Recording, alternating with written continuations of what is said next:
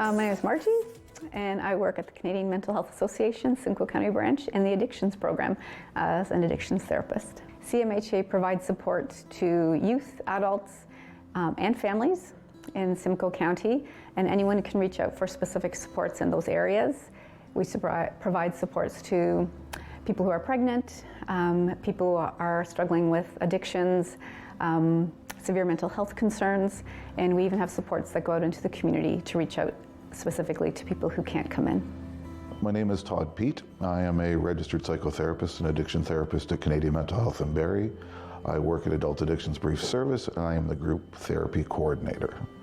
The programs we offer here at CMHA are varied. They run the gamut. We deal with youth as young as 12 to adults of any age. We run programs called umbrellas for women that are pregnant or have children under 6, or men who have children under 6 in their care. We have a specific youth program that goes into high schools as well as here in the office itself and in the community. We run a number of different outreach programs. We run a 2-day-a-week walking outreach in Aurelia that connects and works with Lighthouse and various organizations, supported by the Gilbert Centre. We have outreach here in Barrie that goes around to various locations, including the library in downtown, and connects with people in the community. We have straight one-on-one individual counseling for people that just want to connect with a therapist individually. I run a number of different group programs. We also run specific programs for things like people that are looking for weekends and evenings. We run a community withdrawal not only in the office, but we have mobile withdrawal services that goes out and meets people in the community. So we try to make sure that we're encompassing anything that people need and listening to the community as to what services they want. CMHA and our staff, we can go out into the community to connect with people who are on the streets or in their homes. And over the pandemic, we had to change how we provided support as well. And so we started doing a lot more support over the phone and virtually through the OTN network, which are video conferences. And we have found that a lot of people have continued with that type of support. It provides them an opportunity to actually still be at home or in the community and to still get support. We can provide individuals with support where their goals are. So if somebody wants to use a harm reduction approach, we can meet them there and provide them with support there. If someone wants to use an abstinence approach, we can support them there.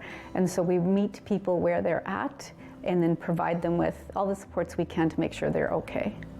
We've come a long way, actually, since it's been about 15 years that Canadian Mental Health amalgamated with what was called Simcoe Outreach Services. As an aside, I was actually a client of Simcoe Outreach when the amalgamation happened. And since that day, since CMHA took on an addictions role, back then it was simply there was a group and there was individual counseling. Now we've added, as I said, things such as outreach programs. So we're trying to meet people where they're at. Not everybody has a straight availability 9 to 5, Monday to Friday. Not everybody wants to come in physically to a building for a number of different reasons. So if people want help, we try to listen to the community and provide them what they need and when they need it. I guess the expression would be, I think I might have already said it, but meeting clients where they're at, right? Anything we can do to help facilitate. I mean, drug addiction itself, process addictions have changed over time. So we have to be fluid and mobile and change with them. So I think it's important that we just stay current, and I think we do a good job of doing that. At CMHA, we do what we can to provide people with support, but we also know that there's a lot of amazing agencies out there who can also provide additional support. So we don't hesitate to reach out to other agencies or organizations who can provide more specific support around other needs that our clients may have. How do we adapt and how do we work with the community? I think it's important to understand that addictions is a community-wide program. It's not an individual agency program. And we don't have everything that people need. So it's important that we do reach out to our various partners. We do that in a number of ways. We run a program that we partner with Simcoe, Muskoka, Parry Sound, and Mom Away up in Midland, called the Addiction Service and Education Circle, ASEC, to give you jargon. But simply put, We run that program in conjunction with our various partners so that we attract more people. We can offer Indigenous services because we're not the experts in many ways in Indigenous services. We work with Gilbert Center to try to make our location safer. In fact, we all just went through Safer Spaces training. So it's not just what the community partners can do for the clients, it's what they can do for us and help supporting us. I belong to an organization, a committee called the Addiction Awareness Committee. And on that committee is our community partners all gathered together to help educate the community around addictions. So it's not trying to be selfish and say we're the only game in town, but again, coming back to how can we support the client? We try to do as much work as we can in the community to let others know that there are so many more people than we think who are struggling. And so people can come in and we can provide them support in the community where we can actually sit in a park, but also in private.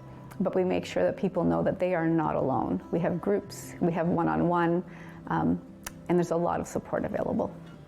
Personal pet peeve of mine is the stigma around addictions, and we face it every single day. I mean, the stereotypes that are put out there through movies, television, media, you go online to various social media platforms. You know, there's the typical quote-unquote addict. Well, it starts with language. If you went on our website at cmhastarttalking.ca, you'll see we have an addiction resources section, and one of the main proponents of that section is fighting stigma. It's important. Language is very powerful, so we promote person-first language, and what that means is you put the person before the issue. Right? So instead of saying somebody's an addict, which is a very harsh word that brings a particular stereotype to mind, you say a person that struggles with substance use. So you're putting the person first, not the disorder, not the issue. When you go into a 12-step meeting, you have to identify and label yourself. It's one of the requirements when you stand up. We don't want you to label yourself. So it's all about letting people know. For example, in my groups, there's certain words that we don't use, and it's made clear up front. We don't use rehab. It comes from people going to rehab in TV and movies, so everyone thinks of it as rehab. Rehab means rehabilitation. People don't need to be fixed. They're not broken. They go to treatment. They go to treatment to get some tools to help assist them with their issues. So we don't use clean and dirty. People that don't use substances are not clean because they were never dirty. Right? So again, it's trying to break that down. And how can we do that? By continuing to get out in the media, by continuing to challenge people, by continuing to put language in the forefront and different things in the forefront. I think eventually we'll get there. It's better now than it was 15 years ago. One of the first things I ask clients when they come see me is what their social supports are. If they have any family, friends, etc., that are an integral part of who they are as a person, and they have supports when they leave the office. And it is so important for someone to have other people in their lives who can actually help support them in their goals and just be available when they need somebody to talk to or just sit with. And that person doesn't have to be somebody that they are necessarily related to or have met in their past. It can be somebody brand new who they've met through their recovery journey or through their harm reduction journey, who can just meet them where they are and provide supports in a non-judgmental way. Well, as previously mentioned, we're going to go meet people where they're at. So if people are looking for help and they're looking for assistance, but they don't necessarily want to be seen walking into a mental health organization, or they don't want to publicize, because we get people from all walks of life, all professions, and unfortunately because of that stigma we've talked about, a lot of people don't want to be painted with that brush. So we create programs like the outreach program, and we get out to the libraries, we get out to where people are at. With the prevalence of homelessness now, we get to the camps, we get to where people are, so that we can let them know we're here.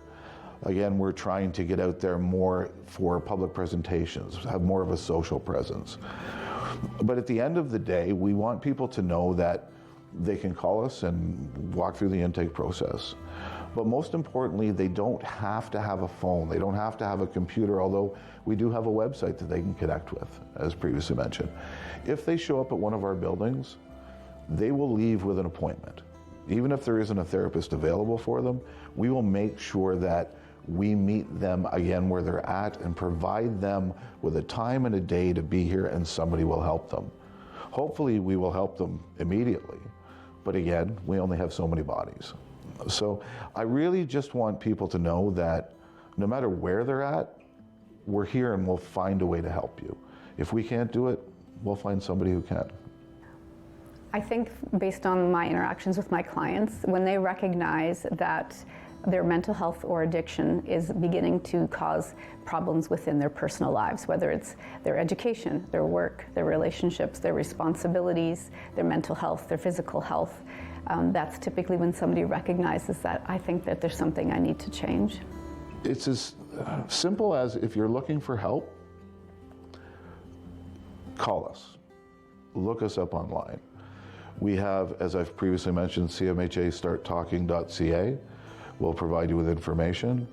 You can call our number at any time. You will be linked immediately with centralized intake, which is another thing that we have done to, again, meet the community where they're at. So you don't have to go through any number of people. You will call, get put right through to intake. If they can't take your call, they will get back to you immediately. The intake team does a fabulous job. Or they can just show up at their local CMHA. We're in Midland, we're in Collingwood, we're in Innisfil, we're in Barrie, we're in Aurelia. So if you show up, we will make sure that you're serviced and taken care of. Again, you will never leave without an appointment. So I can only say that we're here to support you. If you think that maybe you have an issue or maybe you just want to find out, come and see us. I know that it can be very difficult for individuals to reach out for help because having a mental health concern or an addiction can be a very, very dark place to be. The feedback I've gotten from clients is that it has saved their lives. And so reach out to the CMHA Simcoe County branch, and there's always something here that can support you in your journey. On a personal note, I just want to say how proud I am to work for not only CMHA, but the addictions team. Having been around these people for the years that I have and having my own personal lived experience with the process. I started as a client at CMHA 15 years ago, so I have gone through the evolution. And to come full circle and to sit here and be able to help others and have an organization that supports us in doing this is incredible for me. I'm one of those lucky people that gets up and pinches myself in the morning because what I get to do for a living. But I just want people to know that it doesn't mean you're weak. It doesn't mean you're broken. It doesn't mean that, you can't have the life that you want to have. It means that at this particular moment, you're struggling with something, but you don't have to do that by yourself. There's so many, if it's not us, it's somebody else. Just ask for help. That's the first step in getting what you need. So thanks for the opportunity.